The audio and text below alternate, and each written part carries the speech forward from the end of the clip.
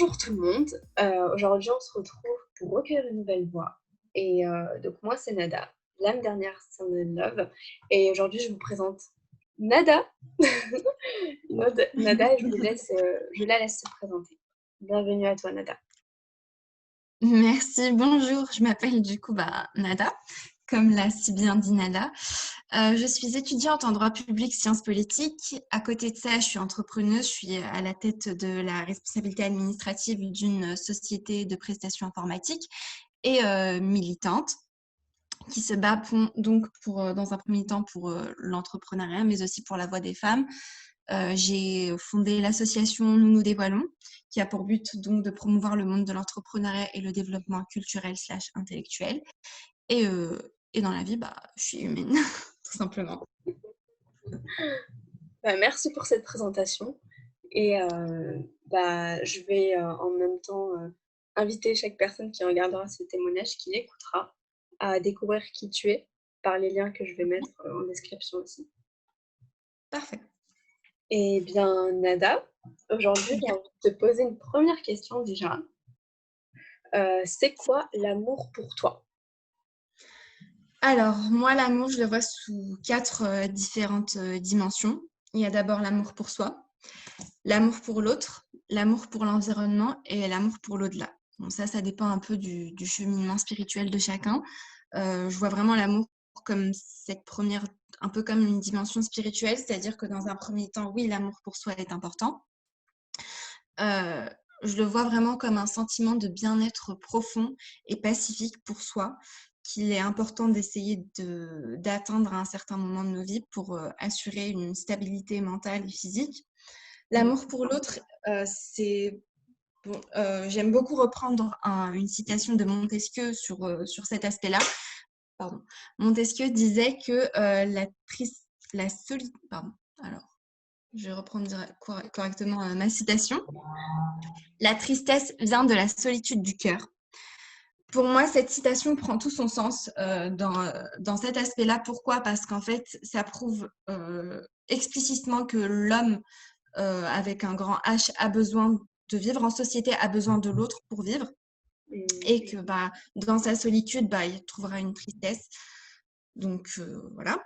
Et troisième point, du coup, que j'avais relevé, l'amour pour l'environnement, c'est l'amour pour notre planète, pour celle qui nous habite. Et l'amour pour l'au-delà, ça, comme j'avais mentionné, c'est un peu plus spirituel. C'est chacun et son cheminement pour que signifie l'au-delà pour chacun. Voilà, moi, en tout cas, en tant que musulmane, c'est sûr que qu'il s'agit plutôt de l'amour pour mon Seigneur. Et voilà. D'accord. En fait, il y a une question qui me vient, si je peux te la poser, c'est comment est-ce que Oui. tu concordes, comment est-ce que tu lis ces 4 points-là, justement, ces 4 points d'amour?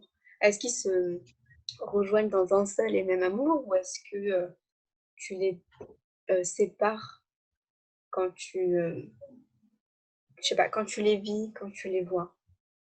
Alors, quand on les voit, on a l'impression que ce sont des points distincts, mais qui finalement, en fait, donnent le même sentiment profond. Donc, un sentiment pacifique, on se sent bien avec les autres, on se sent bien avec soi-même, on se sent bien avec l'au-delà et on se sent bien avec la planète dans laquelle on vit. Donc, finalement, certes, ça peut paraître comme 4 points différents, mais la finalité de chacun de ces points est le même. Finalement, c'est un sentiment de bien-être pacifique. D'accord, OK. Donc ils se rejoignent dans un même berceau, en fait. Exactement, dans la finalité. OK. Et dans cet amour-là, comment est-ce que cet amour s'illustre dans ta vie? Comment est-ce que tu le crées dans ton quotidien? Comment est-ce que je le crée dans mon quotidien? Alors, c'est sûr que cet amour-là demande un certain temps, dans Ouais. le sens où on a besoin de s'accorder du temps, on a besoin d'accorder du temps à l'autre, on a besoin d'accorder du temps pour protéger notre environnement et pour protéger notre relation avec l'au-delà. Mmh. C'est un temps qui finalement, que j'ai beaucoup essayé de m'imposer à un certain moment, mais en fait, en sachant que je savais que j'en ressortirais meilleure. dans le sens où, oui, on est tous pris par nos routines, on est tous pris par le travail, on est tous pris par nos études et compagnie, et moi la première. Mais finalement, c'est un temps qui est vital et qui est nécessaire et que moi, personnellement, j'essaie de m'imposer. C'est-à-dire que c'est juste me poser 5 minutes, essayer de me recentrer, essayer de penser, essayer de rencontrer des gens, essayer voilà, de recréer une certaine humanité envers les hommes, mais aussi une certaine humanité et un profond sentiment voilà, de se poser et de se recentrer sur l'essentiel. Mmh mh. Donc, c'est peut-être pas évident et je peux le comprendre, mais c'est quelque chose que l'on doit finalement s'imposer parce que, humainement parlant, on en a besoin. D'accord, OK. Donc, j'entends par exemple, si je peux illustrer ça, par exemple, si on justement, quand on a l'impression parfois d'être beaucoup chargé dans nos vies, Mmh, comme tu l'as dit, professionnellement et cetera, bah, en fait, on se retrouve un petit peu, déconnecté, mmh. Oui, si je peux l'illustrer comme ça et en ouais. fait, tu vois, par exemple, te connecter au moment présent pour, quelques minutes pour des choses spécifiques, Mmh. liées à te ressourcer, pour te ressourcer, Oui, bah, ça te permet de te connecter à l'amour dont tu as parlé, c'est ça? c'est ça, c'est ça.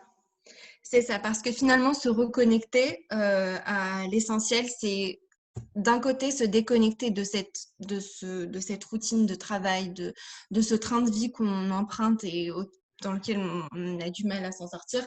Mmh mh. Mais finalement, c'est y retourner, mais avec une certaine essence, avec une certaine philosophie. C'est retourner dans ce train de vie, mais d'une nouvelle façon. Mmh. Donc, c'est quelque chose qui peut prendre du temps, certes, c'est-à-dire voilà, il faut se l'accorder ce temps-là, mais je pense qu'on peut arriver à un moment où on arrive à, je dirais, à concorder les deux, pardon. C'est-à-dire que, en fait, prendre le temps, prendre ce temps d'amour, prendre ce temps pour se recentrer vers l'essentiel, ça nous donne une autre vision des choses, notamment une autre vision du travail, ça crée une certaine éthique. D'accord, OK. C'est Donc très philosophique, j'imagine ce que je dis, et moi-même, je me perds un petit peu dans mes propos, mais je pense que tout ça, en fait, crée une certaine éthique de vie qui permet, en fait, de mieux se poser, même dans ce rituel du travail. Après, ça demande beaucoup de travail, cette, euh, cette éthique ça demande beaucoup de travail pour qu'il soit instauré vraiment dans nos vies, mais il faut bien commencer quelque part. mmh, mmh mh. Et c'est surtout quelque chose qu'on a beaucoup vécu avec le confinement. Au-delà du fait que oui, tout a été mis en télétravail, l'économie a été mise à l'arrêt, etc., ça a permis à beaucoup de gens de se recentrer sur l'essentiel et de finalement repartir sur une idée que tout peut s'arrêter demain. Et ce qui comptera finalement, c'est en fait c'est cette relation qu'on a avec nous-mêmes et qu'on a avec les autres. Mmh, mmh, mmh. Donc, ce nouveau regard, c'est vraiment, repartir de l'essence de soi vers, Ouais, une expansion de soi, donc par le travail, par les études et tout, plutôt que exactement. l'inverse et se Exactement. perdre justement dans, le bruit, par exemple. Donc, ouais, je vois vraiment ça comme, faire, silence, en fait et Comme un apaisement aussi. comme ouais, d'accord, comme s'apaiser. OK et est-ce que tu voudrais partager avec nous, des actions que tu fais, par exemple, quand tu prends du temps pour toi?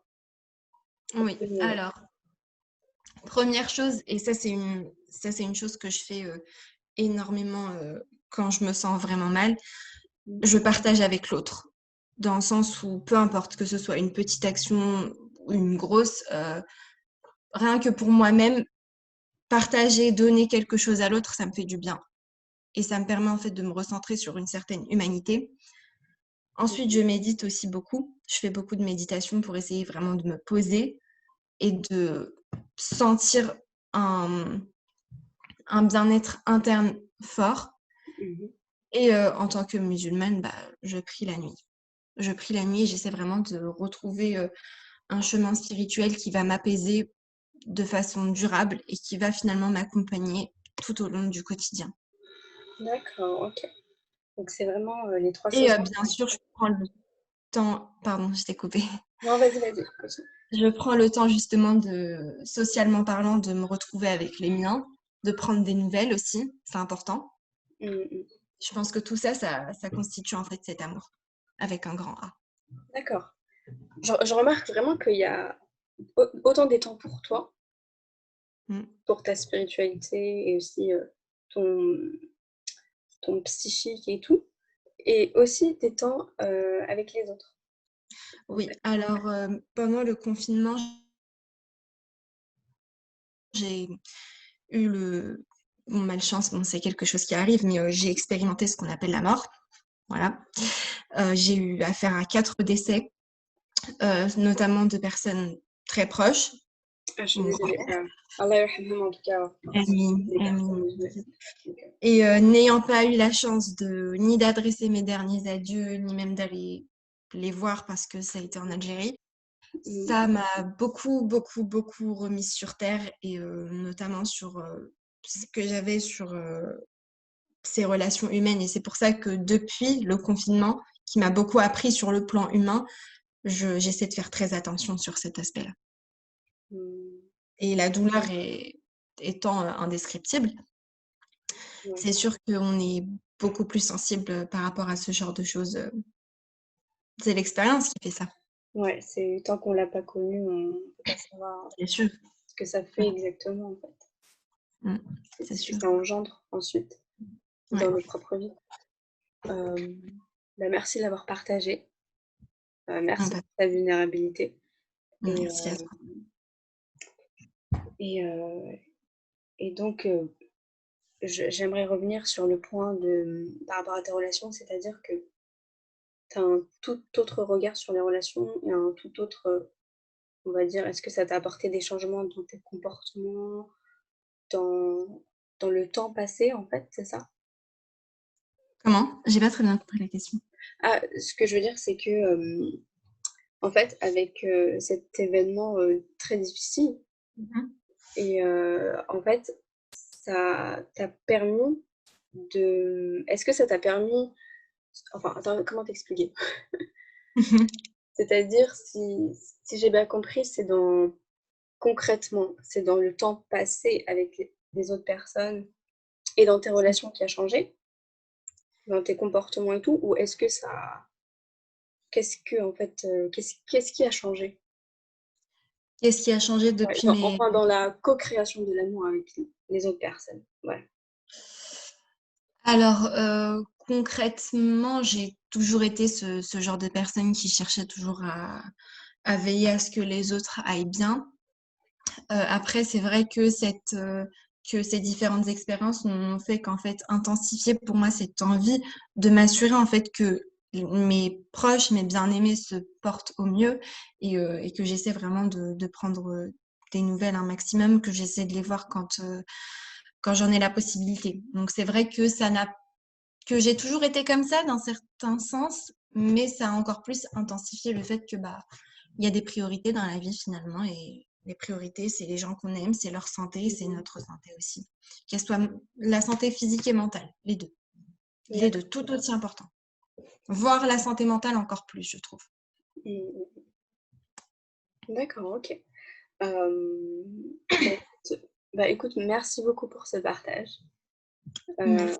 donc un immense merci en tout cas pour ta vulnérabilité, pour, tout ce que tu nous as offert dans cet échange, ta voix. Est-ce que tu voudrais ajouter quelque chose pour, conclure? Oui, alors je sais que c'est quelque chose qui a été beaucoup dit et redit, mais j'insiste sur ça. Euh, ne vous perdez pas vous-même. Ne vous perdez pas dans vos principes, ne vous perdez pas dans vos valeurs et surtout, je vais pas dire facilement aimez-vous parce que bon, c'est bien trop facile à dire, mais un peu plus compliqué à faire. Mais apprenez à vous connaître, apprenez à vous aimer et je sais qu'il y a 5 minutes, je crois, je parlais de l'idée de la solitude, mais des fois, il est important de se sentir un peu seul pour apprendre à mieux se connaître. Mmh. Et plus important, prenez des nouvelles les uns des autres. Et n'oubliez pas de dire aux gens que vous les aimez tant qu'il en est encore possible. D'ailleurs, il sera jamais impossible de continuer à dire aux gens que vous aimez, même s'ils sont partis. Vous pouvez continuer à le faire parce qu'ils vous entendent. Ouais. On ne dira jamais à quelqu'un assez je t'aime. Voilà. Donc le dire aux autres et le dire à Voilà. soi aussi. Et oui. Le dire à soi, c'est le dire aux autres. Et voilà. Le dire à soi, le dire aux autres, le dire à notre environnement en essayant de le respecter au maximum et le dire à l'au-delà. Merci beaucoup, Nada. Merci à toi. Et merci pour cet échange. Merci pour Très ce riche. moment. J'ai beaucoup aimé. Et Merci à toi pour cette magnifique plateforme et ce magnifique projet qui, j'espère, continuera à évoluer dans le meilleur des sens et qui portera un très gros impact à l'avenir pour les futures générations. Et que merci. surtout ton message soit transmis. Merci beaucoup. Et je reçois ça au fond de mon cœur. Et je te remercie beaucoup. Et j'espère aussi que ta voix aussi apportera beaucoup aux autres, que les gens t'entendront et aussi que voilà, que ça propage de l'amour. Donc merci pour aujourd'hui. Merci à toi.